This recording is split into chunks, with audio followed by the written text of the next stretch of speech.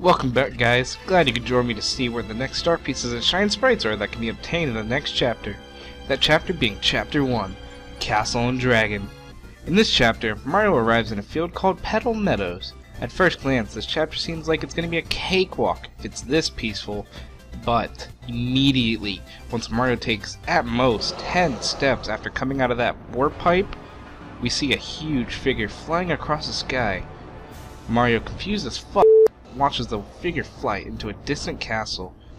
Oh boy. Our first glance was way off. I get why they named this chapter Castle and Dragon now. Don't I feel stupid for thinking it'd be too easy? But anyways, to find out more about the whereabouts of the Crystal Star and also find out more about that dragon we saw, Mario goes through Petal Meadows until he reaches a gate into a town.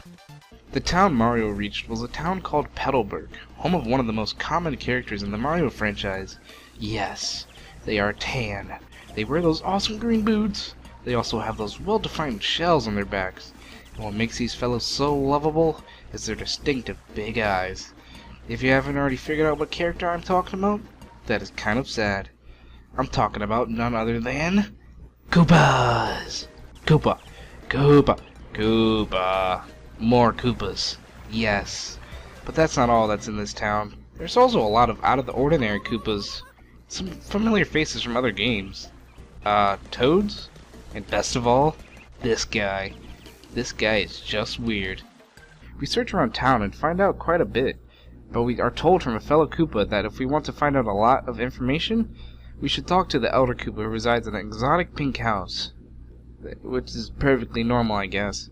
So when we actually find this pink house, we immediately find out that the old man loves his weed. Well, yeah, just pass this guy a joint and he'll be your best friend. With that in mind, we talk to the Elder Koopa and actually find out a lot. He tells us that the Crystal Star is hidden in Hooktail's castle, which is the dragon. And to get to Hooktail's castle, we have to get the 2 stone keys from the depths of the Schwank fortress outside of town. With that information in hand, Mario heads straight to the fortress, when we soon find out to get into that fortress we need to defeat this stone guy. In a quiz. Well, anyways, after the little minigame, he lets us into the fortress where both the Moon and Sunstone keys are actually found. But that's not all that's found in the sewer. We run into a gold mutated fuzzy that doesn't like the fact that we're in his territory, quote unquote, but he's no threat, just a cute gold fuzzy. After Mario obtained the stone keys and defeated the gold fuzzy, he heads straight towards Hooktail's castle to continue his search for the Crystal Star. But as Mario was heading towards the castle, a strange beat-up Koopa confronted Mario, and kindly asked him if he could join him on his quest.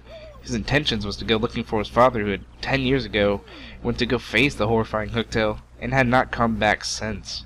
It was pretty much just like a revenge. But Mario, after denying Coop so many times, he realizes that he may be useful after all, and lets him join his party. But Coop's girlfriend, Koopy Koo, doesn't like that idea of him risking his own life to go face Hooktail. Oh well. Once Mario finally gets to the castle, he realizes that the castle looks scary as fuck, and that's just from the outside look. Mario, finally gathering up some courage to actually enter the castle, realizes that it's not so bad. Koopas may not be a fan of Mario, but no big deal. Haters gonna hate, right? As Mario goes further into the castle, he finds a room that at first was empty, but when he soon approaches a strange collection of red bones that is blocking the door into the next room, he finds out that the collection of bones are actually alive. Oh god, and to make things even worse, he calls forth an army of dead bones to keep us from going any further into the castle. And if you don't act quick enough, they kick you out of the castle. It's so annoying, especially when you don't know what you're doing. But once you get past all of that, you find out that there is yet another black chest. Mario wonders if he'll get cursed if he opens it again. Only one way to find out, I guess. After finding the key to actually open the chest, we found out, yes, unfortunately, we get cursed again. But this time we are able to turn into a thin piece of paper to pass through cracks. Once again, making impossible obstacles not a problem now. Thank you, cursed dude. The surprises in this chapter just keep coming. Want to know why? Well, once we get more deep into the castle, we get to a room filled with treasure. Huh, things are actually starting to look up now. But that's not the only thing we find in the treasure room. Mario runs into a mysterious mouth thief who apparently has a crush on Mario? Oh boy, Mario, look what you got yourself into.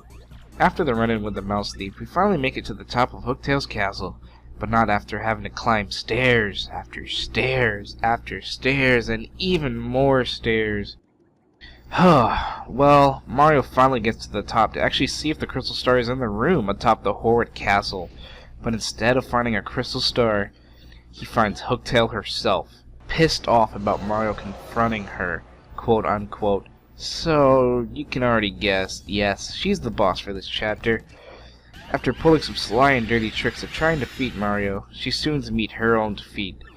After she is defeated, the crystal star is still nowhere to be found. But wait a minute, Hooktail soon spits up a blue figure. That blue figure is actually a Koopa, and that Koopa turns out to be Koops' dad. Yay! I mean, finally they're reunited once again. But more good news, it turns out that Koops' dad actually had the crystal star. Wow. As always, Mario is victorious and now can go back to Rogueport to somewhat relax before having to head off to his next destination. But not after we get to see what's going on with more important characters. Yes, he's talking about the Peach and Bowser interlude, which pretty much just shows us what's going on with Peach and Bowser. No duh.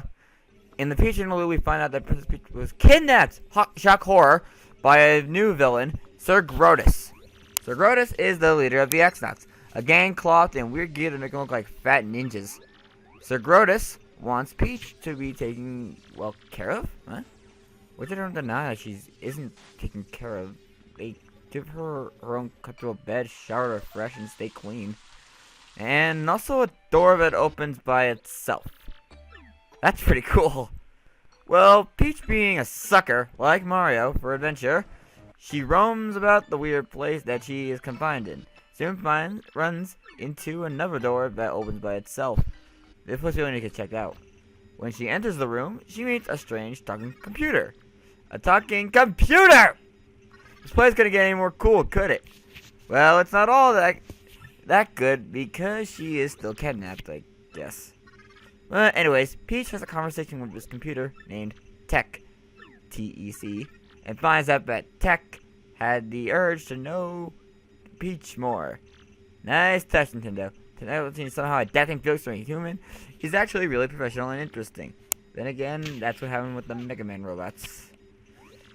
But anyways, Tech later, after talking to Princess Peach, allows her to communicate to someone through the messenger built in him. After she sends her message, Tech tells her she should go back to her room and rest. At least Peach is alright. After we find out what's going on with Peach, we go straight into the Bowser interlude. In the Bowser interlude, Bowser was summoned by his loyal right-hand woman, Kammy Koopa, to discuss some vital information on Mario and Peach. Bowser doesn't really care for Mario, but when he hears the news about Princess Peach being kidnapped, he jumps into his flying contraption, the Clown Copter, and shoots off to find out more. Who the hell would take his soon-to-be probably never going to happen, the wife, except maybe in the next game. Bowser's quest of love starts off terrible, wouldn't you say? Glad to give assistance try. For those who don't know me, I'm Unova 1995. I don't have anything for a shout out, so haha.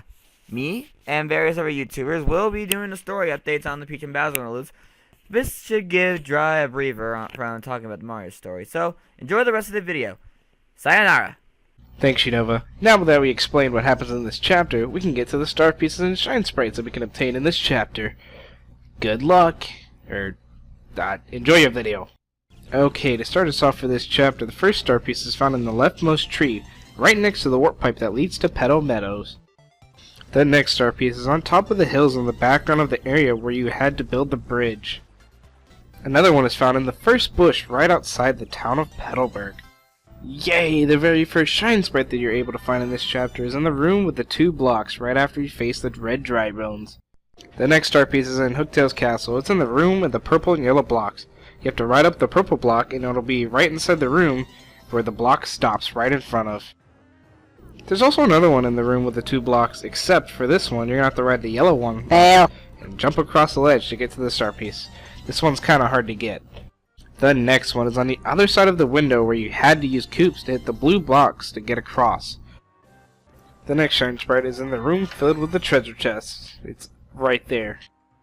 The next one is on the upper ledge all the way to the right in the room with a moving black and yellow block. The third Shine Sprite is right atop the stairs before you head towards the top of the Hooktail's castle. The last one to obtain in this chapter, you have to use the airplane ability to get across the room in the 1000-year door. It's right atop the platform on the other side. The next one you're going to find is an underground report. It's in the room behind the stairs with a pipe that leads to the pit of 100 trials. The next one you're going to find is an east report. Use the new ability to slide across to get behind the trouble center. It's right behind the barrel. Go to West Rogueport because there's one right behind the wall right when you get into West Rogueport. The next one that's also in West Rogueport is behind the pipe in the flower field. The next one you're going to find is behind the barrel right in front of the cracked wall, right beside the shop in West Rogueport. For the next one, you need to go in that little sewer that's also in West Rogueport. It's right behind the wall right when you land. For the next one, you still need to go back into Underground Rogueport because it's behind the pedestal right beside the entrance to Underground City in Rogueport. The last, but very not the least, star piece you're able to find in this chapter is an Underground Rogueport right behind some fallen pedestals in the Underground City. Well, that's it for all the star pieces and shine sprites that are obtainable in this amazing chapter. I hope I helped some of you gamers find some of the hidden items. Always glad to be of assistance. Stay tuned for the next episode. I won't try to keep you waiting so long next time. See ya.